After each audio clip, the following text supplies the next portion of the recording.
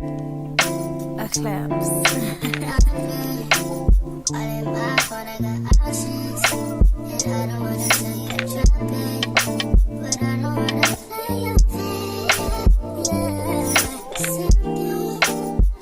What it do, rice and gravy? It's your girl Keisha, and I am here with a all tea, all shade Love and Marriage DC season 1 reunion part 1. Yes, the reunion is finally here.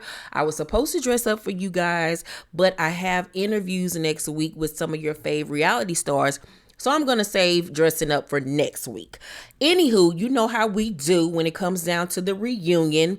If you're new to this channel, I always break down the fashions, best and worst. And I ask you guys down below in the comment section to let me know who you thought was the flyest. Okay, so we're going to get into best hair, best makeup, and best dress, and then best overall look. So this is a picture of the cast minus Winter. This is the couples cast photo with Carlos King. And I must say, out of all the reunions I've ever seen, I think this is probably one of the best dressed reunions where everybody looked good. It's not one person I'm like, oh my God, like what the fuck were you thinking? Like the ladies did not come to play with y'all, okay? The fashions is on point. Now let me show you a picture of Winter. She switched it up again on us with the hair, coming with a cute honey blonde, doing this red Jessica Rabbit number. Okay, sis, I will actually be interviewing Winter next week. So get ready for that, you guys. I'm interviewing Winter next week, and I'm interviewing Letitia from Bell Collective. Yes, so get ready for those 2 interviews coming up very, very soon. This is a solo picture of the Tylers. They came ready to play on their Hove and B type time. I'm loving what I'm seeing. Now let me show you a solo picture of Monique and Chris. They are giving me black royalty. They are giving me money, honey. They are giving me savings and checkings account overseas. Yes, ma'am. I am gagging for these looks. Now let's head over to Ashley and Quick. Ashley is serving us green goddess, honey. She's serving us currency, okay? And I'm feeling it. I'm loving it. Now let's get into my best hair, best makeup, and best dress and best overall looks of the night. Best hair for me goes to Monique and Irena. They both killed it.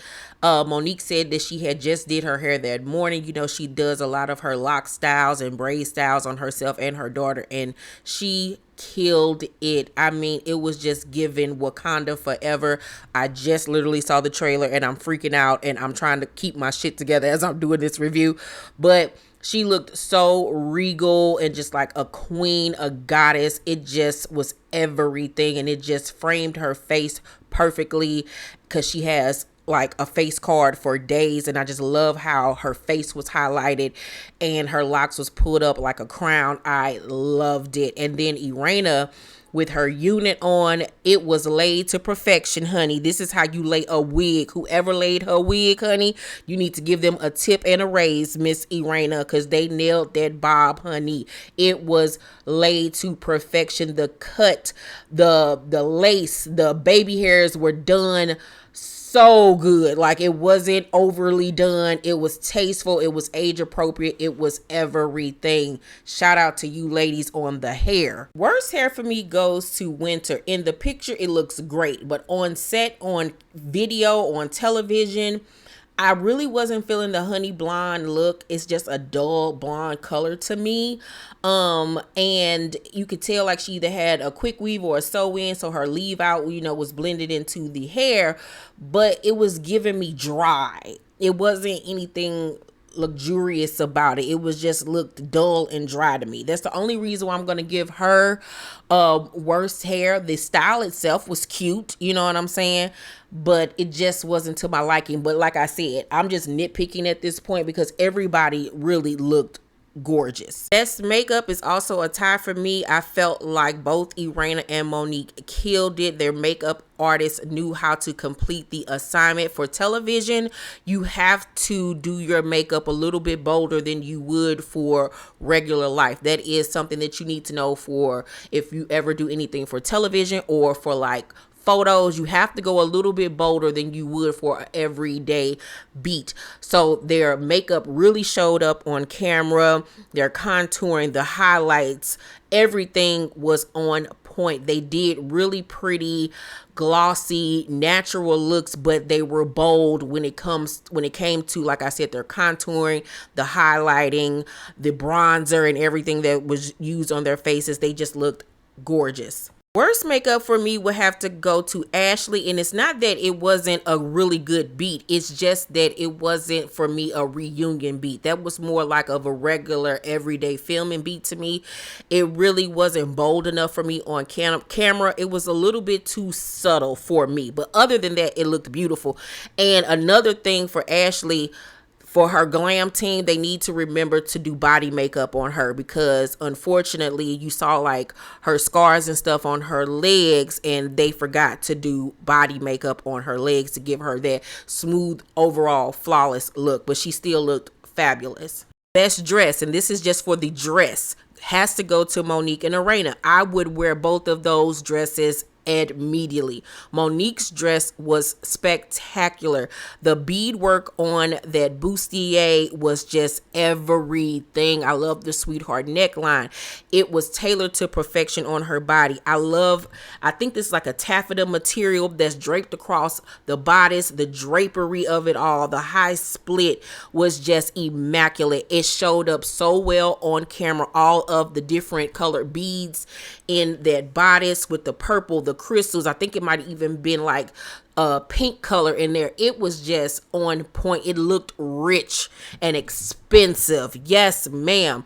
And Irena's dress, this bright gold yellow color dress. I have never seen anything like this. I love the built-in gloves that were attached with the dress, the deep V neck, these like ruched, like pleated, I don't even know, Star Trek Next Generation silhouette going up the breast and up the shoulders, the split, the little train that went with it. I mean, it was great. They understood the assignment. Yes, ma'am. And for best overall look, of course, it's going to Monique and Irena. I feel like they both just came and showed up and showed out. Everything from their hair, their makeup, the accessories, the shoes, the glam, everything was truly on point. They came and killed it. They deserve it. They looked great. I don't have a worst dressed woman this reunion, because I really honestly feel like all the ladies showed up and showed out. Of course, there were little things that I didn't really care about for Ashley's and winter dresses, but I still felt like both ladies looked beautiful. There was nobody that was just like, girl, what the fuck was you thinking? So I really don't have a worst dress. Now, as far as the guys, let's get into my best dress and worst dress. Best dress guy has to go to my dog, Big Jamie. I really loved his suit. I love the floral print blazer, the black lapels, the pants hit right at the ankle. Love the loafers that he had on. Y'all gotta be honest. Y'all know I hate when I see men wearing dress shoes with no socks. I just hate it. I wish they would stop, but whatever. The only thing about Jamie's look I didn't really care for was the bow tie. I felt like it was a little bit too big for the look, but other than that, he looked really, really nice. First dress guy, sorry, it has to go to Quick. I did not like his suit. Not at all. It was not reunion ready. When he was sitting down, his pants were practically up to his calves. I could not stand it. He didn't have no socks on. It just doesn't look like it was tailored really good. Like, as far as like what his wife had on and what everybody else had on, his outfit was just a little bit too lax for me. It needed to be more of an after 5 look, and this just wasn't giving what needed to be gave for me. But like I said, everybody really came and did the damn thing. Now let's get into tonight's reunion. The reunion starts off with Monique and Chris in their segment. And after seeing himself this season on the show, Chris finally sees what Monique has been pointing out to him for the last 10 years about certain things that he does that he needs to change, and he saw it for himself. So he says that, you know, now that he saw it for himself, he's really going to work on changing things, and that he can make us a promise that we will not be hearing these complaints season 2.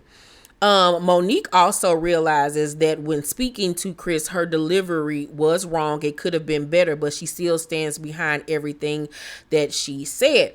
Carlos says, you know, people say you came on the show to embarrass Chris and to get out of your marriage. And Monique was like, look, the only time a black man will acknowledge a black woman is when she's crying, when she's going through her weakest moment. But when she's being strong and saying what she needs, now we're being combative. Now we're being aggressive or disrespectful. It's not disrespectful. My delivery could have been better. And I 100% agree with that. And this is what I have been saying all through the season, that this woman has said on this show 50 million times that these are things that she has been complaining about for 10 years with this man.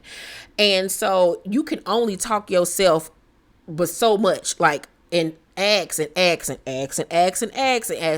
so of course it's going to come across as nagging and complaining. And so like I said, at this point with Monique, either you gonna shit and get off the pot and say fuck it and chuck his ass up the deuces, or you just gonna stay and stop fucking complaining, because obviously it's not working. But now that he's seen himself on camera and he's willing to make the changes, hopefully things will change in their marriage. But I agree with that, because that is how it is most time with men, where not even just black men, just men period, where you can talk until you blue in the face and telling them, this is what I need from you. This is what I don't want you to do. This is what hurts me. And they'll be like, yeah, all right, okay. And then they'll continue to do the shit. Or when you cry or you blow the fuck up or you leave, it's like, oh shit, she wasn't playing. So I understood where Monique was coming from with that. And, the viewers was really hard on her this season. You know what I'm saying? They really truly were. Did it become very nagging? Yes, it did. And she had already stated that when they started the show, they weren't in a good place. So hopefully at this point, like I said, she either gonna stay and shut the hell up or leave his ass. And I want their marriage to work. And I really honestly do think that Monique loves Chris and vice versa. The Silver segment is next. And when asked about his gout, Quick says that he's doing better. He had medication, but Ashley like, child, he doing all right now, but he still ain't listening. He don't listen to nobody. He hard-headed as hell. Quick then talks about the fact that he grew up not crying, being taught not to cry, and how that has affected his family and his marriage. And he says that they had a situation where his son didn't like make a team or do something as far as sports, and he wanted to cry, but he didn't. And he said that his natural reaction was to be like, man, stop all that crying. It ain't even that serious. And then Ashley was like, no, don't do that to him. Like, now you're doing to him what was done to you. And he like checked himself like, damn, like I am doing it. So he said when he got home and he went into his son's room, his son was laying on the bed and, he still was upset. And he just wanted to let him know that, he had a safe space within him to come and, show his emotions. And he said that his son just, hugged him and broke down and cried. Now, he was like, I didn't myself break down and cry, even though I wanted to, but I didn't want to do that in front of him. But he was like, now my son knows that he can be vulnerable like that around me, which is good. But I'm like, it's okay to show your son that men cry and that daddy has emotions and stuff like that. Hell, my daddy in his old age now cry every time I talk to that nigga on the phone. I be like, daddy, Jesus Christ. But yeah, I feel like he needs to get to the point where it's even comfortable enough for him to cry in front of his child. But at least he's working on it and also seeing the error of his ways. When asked, does Ashley feel like she pretty much gave up her life to make Quick the man that he is today? She was like, yes, most definitely. She was like, I gave up a lot. I was very young when I married him, and I was so focused on him and our family that, I put myself to the wayside. And even Quick agreed. And she was like, that resulted in her becoming depressed. And she knew she was depressed, but she didn't want to face it for a long time. And, I've seen that happen with so many marriages. So I'm happy that Ashley is getting the shine and the recognition that she has gotten from this show. And, I pray that her book does well and that, she continues to soar, because every woman needs to have their own identity outside of being a mom, a wife, a daughter, a sister, a cousin, or best friend. Like, you have to have your own shit, the things that make you happy. You cannot just be solely focused on your kids and your husband and uplifting them and pushing and supporting them.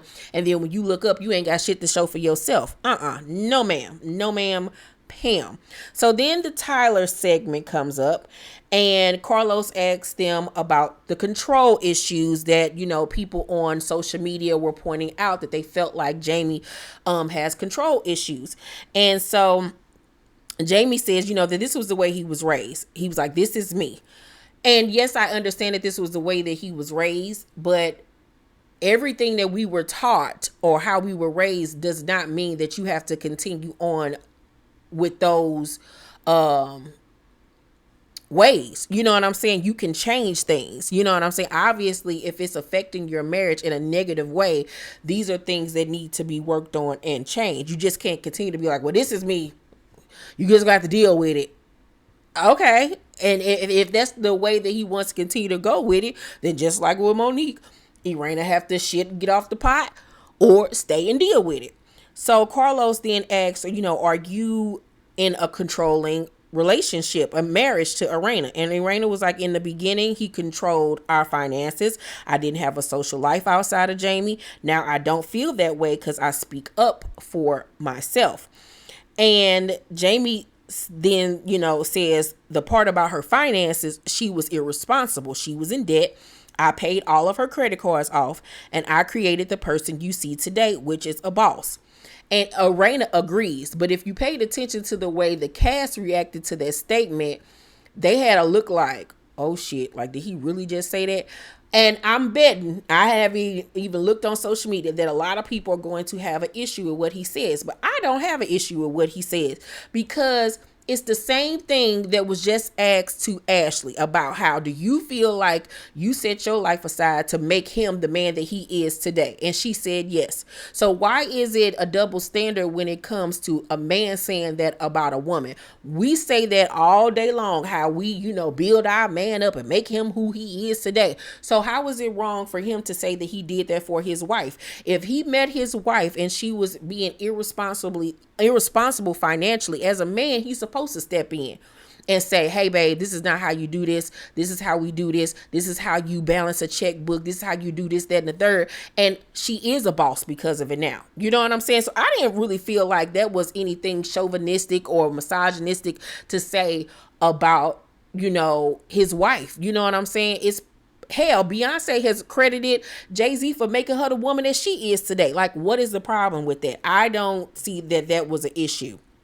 So Carlos then asks, when you have disagreements, he tends to be a little handsy. And I knew that this shit was going to come up when that episode happened, and that Jamie was going to get, tagged with this physically abusive type shit. And Irena was like, no, he was trying to get my attention. Like, he's never put his hands on me. And, Carlos says to Ashley, can Quick grab your face like that? And she was like, no, don't touch me. Like, absolutely not. So Jamie is, of course, getting frustrated, because who wants to have that narrative even spoken about them? He was like, look, y'all hyping it up. But you have to be cognizant when you're on reality television that everything you say and do will be scrutinized. So now moving into the next season, if they get a season 2, he now knows that he has to watch what he says and do, because people will take shit and run with it, and that narrative will stick with you until your ass ain't on reality television no more. And it's a hard pill to swallow and a hard lesson to learn. And once again, this is what I was trying to warn all of them when I interviewed them before the season started that y'all have no idea what is coming your way with this reality television shit. And it's only going to get worse because reality television really takes a look into your lives, into your personality traits, your character flaws, and all of that thing, all of those things, and things that in normal life wouldn't be made a big deal out of will be blown up. So that's why I would never do reality television in that type of capacity. I just could not. So then Jamie is asked about, why he doesn't really like talking about their past issues. And he was like, because, those things happened years ago. Why bring it up? We know what that did to us. So he's basically coming from a place of why strike a fire when you don't fucking have to. Like, why go there? Because we already know where it's going to lead, and it's going to lead to nothing but bullshit. So he was like, for instance, when Irena was having her emotional affair, he says that he saw messages from 3 different dudes that she was talking to, and one of them was a dude that he even knew. So of course he don't want to talk about that shit. You know what I'm saying? Men especially don't want to talk about, the fact that his wife was fucking with somebody that he fucking knew. Like, that's the ultimate disrespect. Irena wasn't fucking playing.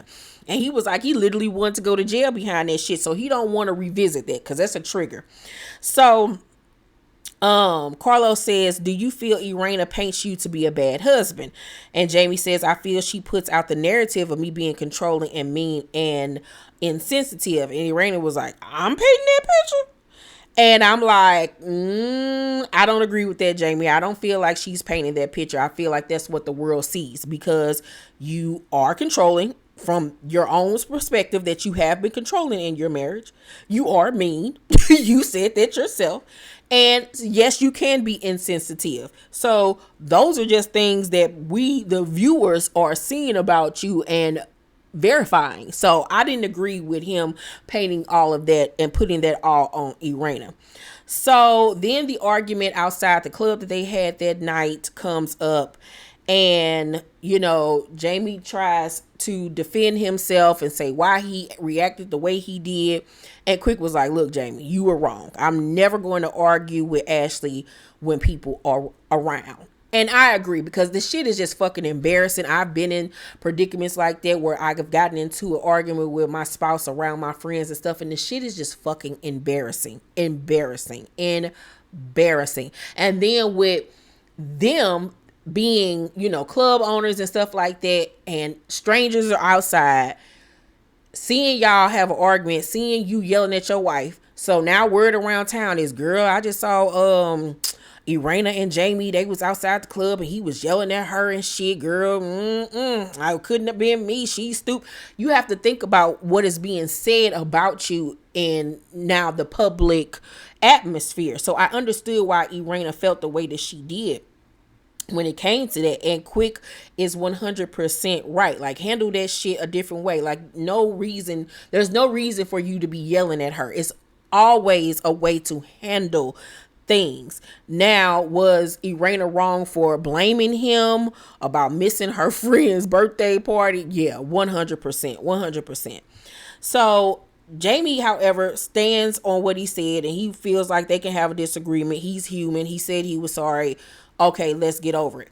And Jamie gonna have to work on that being like, okay, I apologize, suck it the fuck up, I'm over it, don't want to talk about it no more. Like, life don't work that way. It does not work that way. And I am truly fearful that this show is going to continue to expose the negative aspects of their relationship, and it's not going to be healthy nor good for them. I really feel that way. I really honestly do. And I'm honestly worried about them. I really am. So Winter's segment comes up and she finally comes out and joins everybody, child. And woo Lord. Sis came out being funny. She came out there with a church fan that said friend to the show. So you already knew she was with the shits as soon as she came out there. So the whole conversation of whether or not she's a relationship coach or a minister comes up because she got into it on social media with Monique and Irena around that topic, and she says that she used to be a relationship coach, but she's now a spiritual life coach and a minister. Child. Carlos asked Monique, does she feel like Winter rebranded herself because of what was being said about her on social media? And she was like, yeah. And I would agree also. People was clowning your ass like, girl, how you gonna be anybody relationship coach when you set up her and let Fred Sanford's son play the hell out of you? Girl, bye. So, Ashley then breaks out her aggressive Ashley cue cards because she is taking over the host portion of the show. And they get to arguing back and forth about the mean girl tweet that Winter said about Ashley. And then Winter's comments about the other ladies and their husbands comes up. And Irena wants to know why they're being called gutter Barbies. Winter says that she started calling them gutter Barbies based off the comments that they made about her ex-husband having 2 kids on her. But I'm like, girl, you had already started talking about these girls' husbands before that was even said from what we saw on television from them. Just say you just felt like they was some fucking gutter Barbies and stick with that shit. Then the topic of everything that was said between Winter and Monique at that lunch where she was telling Monique everything that happened while she was out of the country comes up. And Ashley says to Winter, you never came to me and said, because we've all heard about Quick. You never said that out your mouth to me. You said it to Monique that you said it to me. And Monique was like, yeah, that was what was confusing. And Winter was like, I'm thinking I'm talking to a friend. I'm not thinking about, that. And I must say that for me, it seemed like Winter was doing a lot of pussy popping and backtracking. It's like, girl, stand in your shit. You knew you was being funny. You knew you was being the villain of the show. Stand in that shit. Like, if you gonna be that girl, be that girl. So Monique was like, I told you I was going to talk to Irena and Ashley about what was said. Carlos says, do you feel Winter exaggerated the story? And Monique was like, absolutely. And Winter even agrees. And I'm like, so you agree that you exaggerated the story and that obviously you did that on purpose, which was very confusing for me. And I'm going to ask her about all of this when I interview her. So Winter then says that all of that stemmed from Irena asking were she and Ashley good when they had their meetup. And Carlos was like, how do you feel Irena played both sides? And Winter says, because she asked me, are me and Monique good too? So I'm thinking now at this point, like, am I missing something? Like, are we not good or whatever? And Irena was like, then why didn't you just ask me that instead of assuming? And I 100% agree with Irena on that, because now you're just jumping to conclusions. Like, I'm just asking you a question, like, is everything good? Like, are y'all fine? So I understood where Irena was coming from with that. So Carlos then says, what made you put out accusations that they're cheating on their wives? You said you've heard things in the streets. Do you know things about Quick and Jamie that Ashley and Irena don't know? And we all on pins and needles. Ashley sitting on the edge of her seat like, what, bitch? What the fuck have you heard? And Winter was like, yes. And Ashley was like, well, what you heard? What have you heard? And Winter says, but I don't reveal things like that. That's just going low. That's just a very low thing to do. And I'm like everybody else. Okay, now we're not about to play these games, Winter. You can't push shit out there and then want to hide your hand and act like, well, I'm above doing stuff like that. No. If you didn't hear shit, put it out there on the table. Let everybody know what it is, girl. You know what I'm saying? Like, y'all not friends. You know what I'm saying? Like, don't play with people's marriages like that. If you're not going to say what you've heard, what you've seen, show some receipts, then don't play like that, because now to us, the audience, it looks like you're just starting shit for no reason and that you're a liar. So until we see receipts, we can't back you up and be like, oh shit, well, she telling the truth. It just looked like you being messy at this point and trying to save face. So Ashley was like, nah, you a low ass bitch. Quick at this point want to go the fuck off because of these accusations. And in the midst of them arguing back and forth, Ashley and Winter, Ashley brings up this new guy that Winter is seeing in the midst of this argument, and Quick want to go the fuck off. And Chris says, Quick, no, watch your tone, dog. It's a lady. Like, just chill. But he is already on 10. He is pissed the fuck off. And so Ashley is holding him back. And Ashley says, your friend keep talking like a little bitch. Tell his toothless ass to keep my motherfucking name. And she don't even get to finish what the fuck she said. Quick jumps in and says, keep my wife's name out your mouth, bitch. Not her, him. And I'm like, okay, are we having a Will Smith Jada moment? Okay. It was Ashley saying, tell your toothless friend to keep my name out of his mouth.